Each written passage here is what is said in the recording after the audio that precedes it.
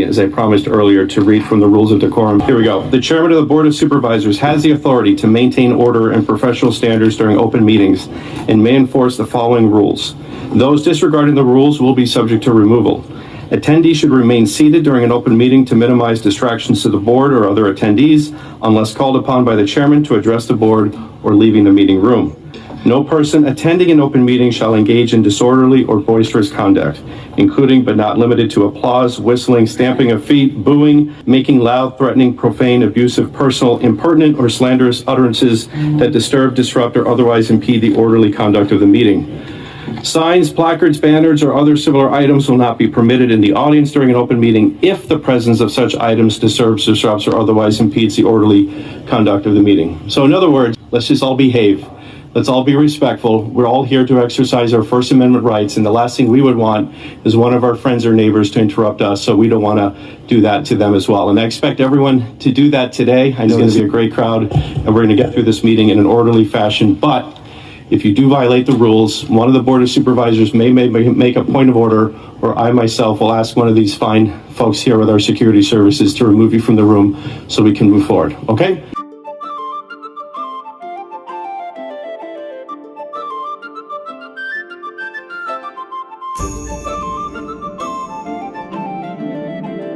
Meeting, we're happy you are here. The rules of decorum, which is the intent of the members of the Board of Supervisors to follow orderly procedures for conducting our business. Attendees, please remain seated during an open meeting to minimize distractions to the board and other attendees.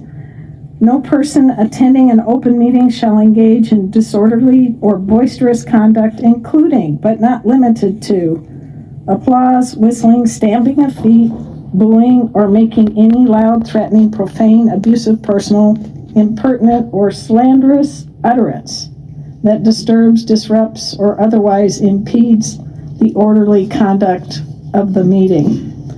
Signs, placards, banners, or other similar items shall not be permitted in the audience during an open meeting. On behalf of the Board of Supervisors, we look forward to getting the business of the county done today.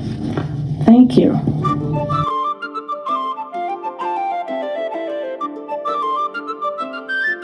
I do call the public participation form of the meeting very, very tightly.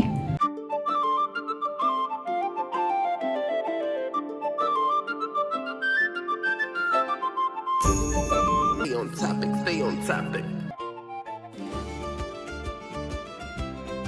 Advised of the potential hazardous material and why you had to send hazmat there to look at this. Anybody? That is my question. You got 25 seconds to answer. Thank you. Who's next, Madam Clerk? I will call staff forward at the end of public participation to answer germane questions. I want to go down with the Titanic. Have a seat. Next up, Lori Baroni, followed by Leslie Shepard. Stay on topic, stay on topic. Board, we have noticed that there's 90% of this agenda that is off limits to the public for speaking. Once again, we're violating all kinds of rules about, the public being able to speak on things that affect the money that we're spending. Also, Ms. Lesko, I wanted to recognize the fact that you just recognized... Excuse me, please confine your comments to agenda item number 131, Environmental Access Agreement. All right, we'll still come back to her daughter getting the Parks Department job. Excuse me. It's my turn to talk, ma'am.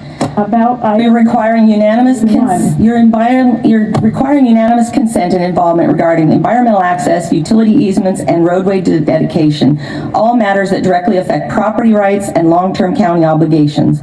Yet the public is given no realistic way to participate, question, or challenge these decisions unless they can physically remain here for hours. The board used to allow webinar participation. That access has been quietly removed. Policies cannot override our constitutional rights. When decisions involving land, environmental authority, and permanent easements are pushed through with minimal public voice, that is not consent, it is exclusion. And we the people are not observers, we are the governing authority. Our voices do not disappear because participation has been made inconvenient. If this board values legitimacy, it must restore equal public access, including webinar testimony, before continuing to normalize public silence. Although I did find it interesting that you allowed 4 people to speak today by webinar for 3 minutes each. So does that make you hypocrites or just Thank you. making up your rules as you go? I'd like to point out that you, the board, have now set precedent by allowing those 4 people to speak for 3 minutes each. Thank you. Please Congratulations define your by comments on allowing item number people their 131. participation. I'm sure you'll follow that suit just like anyone else who requests that right, especially those with ADA issues, which you continue to violate their rights as well. Your comments are, I presume, done. This item that you're doing, the changes, it's going to affect the environmental access, the utility easements, and the roadway dedication and the property owned by the people. I'm not sure if you're going to step on my words. You've been stepping on people's words so much today, new Chairman. And so my question is, what Louis Marr asked, she had a very specific question, which you said is going to be answered. I'm not sure if you remember what it was, but, you know, you said you would wait till the end of all this because we're like a herd to you. I do notice that people that wanted to call in on this actually weren't allowed to have webinar access. I was wondering what you do to determine who gets to have the webinar access. And I think it is a fair question to ask you, why are they given 3 minutes opposed to 2 minutes? Why is that important when it comes to agenda item number 131? Because the decisions you're going to make here today are going to affect a lot of people. I've gone out to some of the locations where you guys have agreed on things and you guys passed things, and I definitely see that their safety issues weren't even addressed. They didn't even have fire departments that were assigned to their island area. So when I'm looking at this agenda item number 131 through 133, which takes a unanimous choice, I notice that these things are not covered in there. What are the safety issues that you plan to do to protect these people in these environments that you're making decisions regarding their lives? So that would be my question to you, besides the hypocrisy of how we're seeing that you give double standards.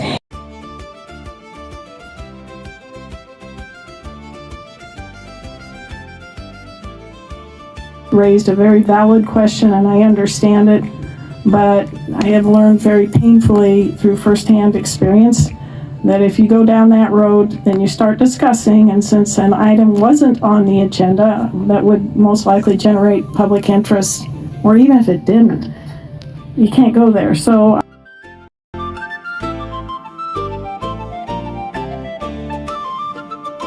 Broadcast is now starting. All attendees are in listen-only mode. thank you all for joining us and appreciate your patience. We are here for the second round of budget hearings, first round being Monday afternoon. Madam Clerk, would you be so kind as to call roll, please? Yes, thank you, Madam Chair. Supervisor Gallardo will be joining us shortly. Vice Chair Lesko. Here. Supervisor Galvin is joining us remotely. Here, can you hear me? Yes, thank you. Supervisor. Thank you. Here. Chair Brophy McGee. Here. So again, thank you very much. I'm going to set a little bit of the stage based on Monday's presentations. Stay on topic, stay on topic. Next up, the presentation regarding the fiscal year 2027 budget for the Maricopa County Recorder's Office. Justin Heap, Recorder, Jeff Mason, Chief Deputy Recorder, Sam Stone, Chief of Staff, and Richard Green, Director of Budget and Administrative Services. Welcome.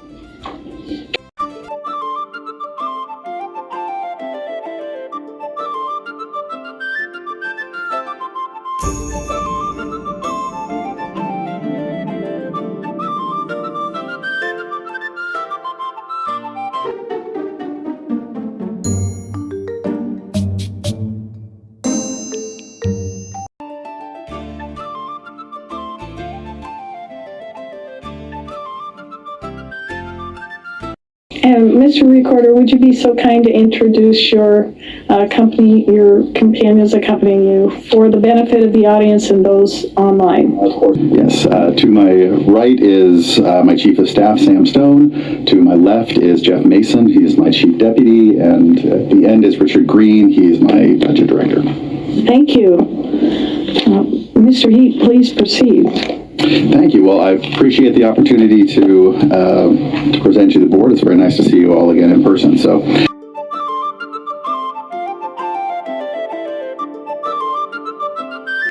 if we can get our slide deck. It's There we go.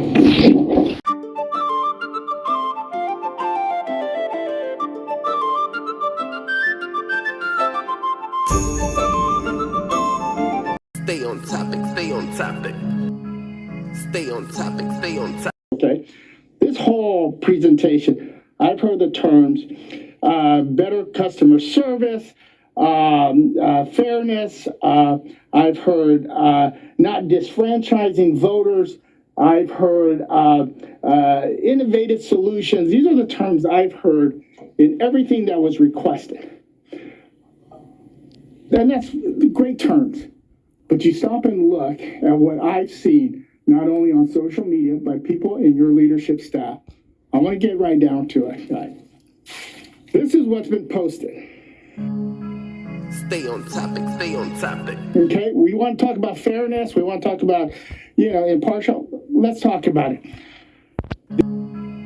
Stay on topic, stay on topic. This is what's been posted. Okay, we want to talk about fairness. We want to talk about, impartial. Let's talk about it. The utter dishonesty of elected Democrats make me sick. These people are no longer adversaries. They are enemies of truth, liberty, freedom, and the American way. I'm a Democrat. I don't think I'm an enemy of truth, liberty, freedom, or the American way. This comes from your leadership staff. How are Democrats supposed to feel with the confidence of the office when they're reading this? Here's another one. Amazing how historically illiterate you have to be to vote for a Democrat. Someone from your leadership office, your leadership team, who's supposed to be encouraging voter participation, not picking sides, but encouraging it, helping people understand the process and getting involved. However, a person in your leadership staff, I'm not talking to rank and file employee, I'm talking leadership staff, is making that type of statement.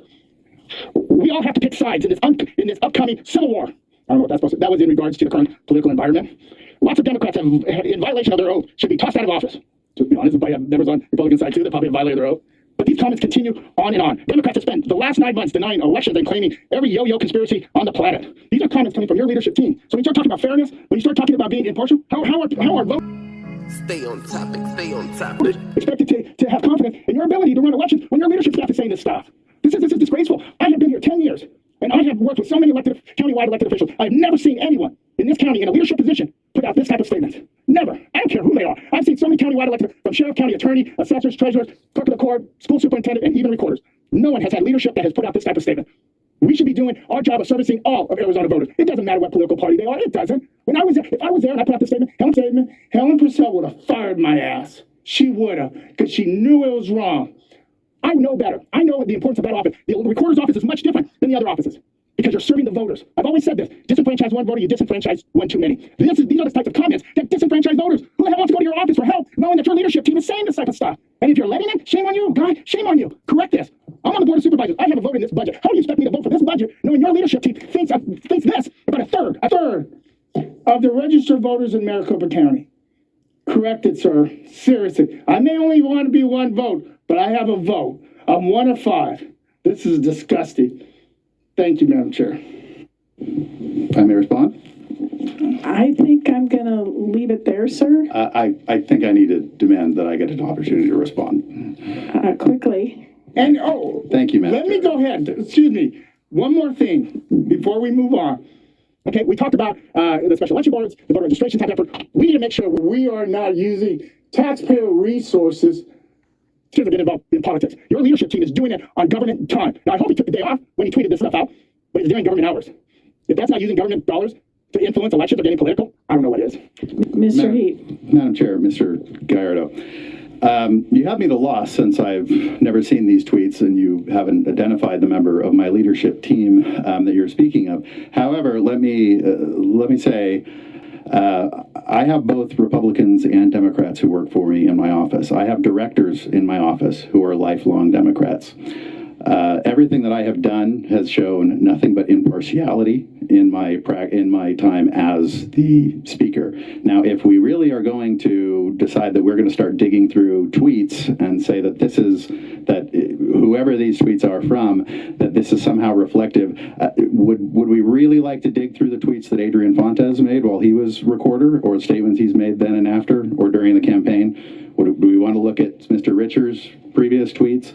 The truth is, what I've done in this office is to make sure that every voter can feel more confident in in the outcome of the elections. Now, I too have great respect for Helen Purcell, who you worked for.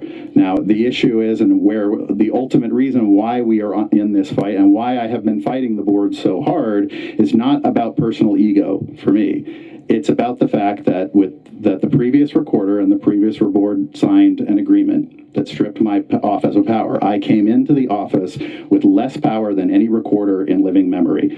To that point, Matt. This recorder and the previous board signed an agreement that stripped my office of power.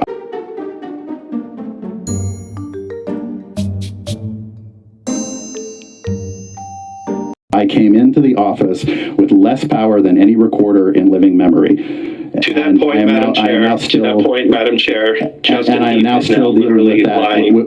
Justin Heap is literally lying. I was going to stay quiet, but this guy just continues to lie over and over again.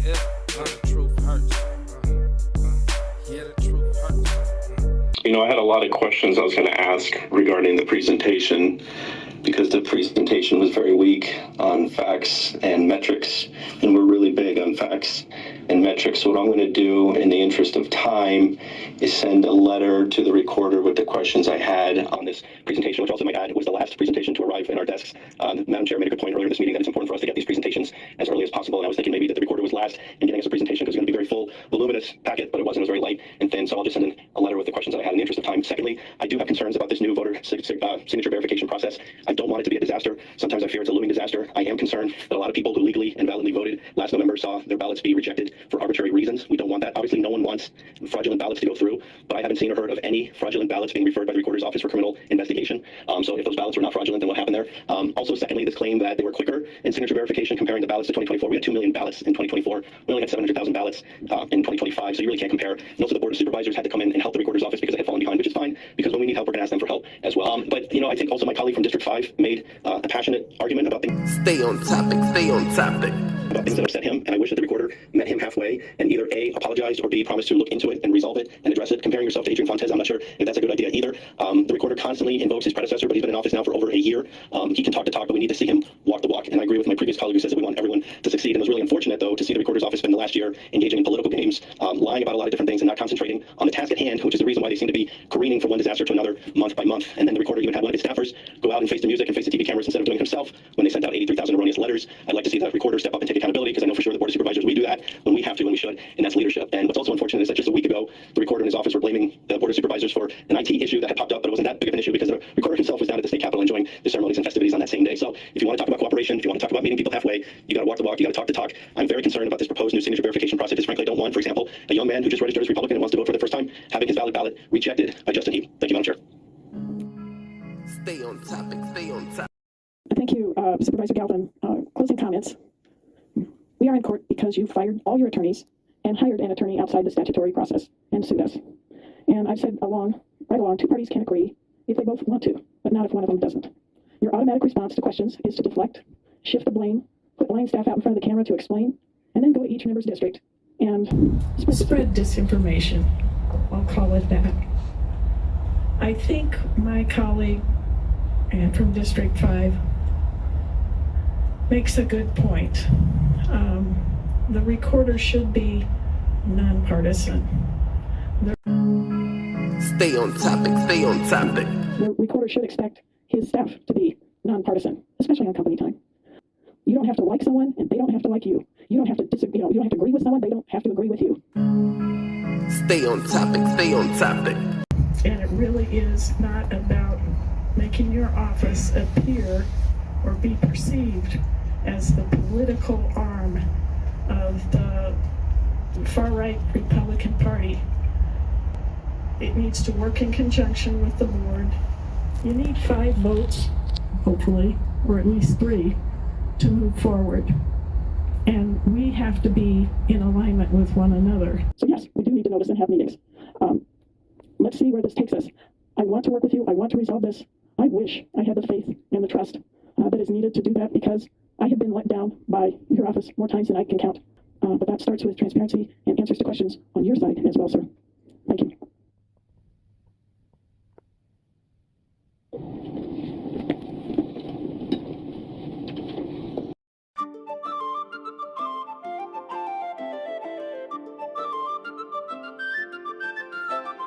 Public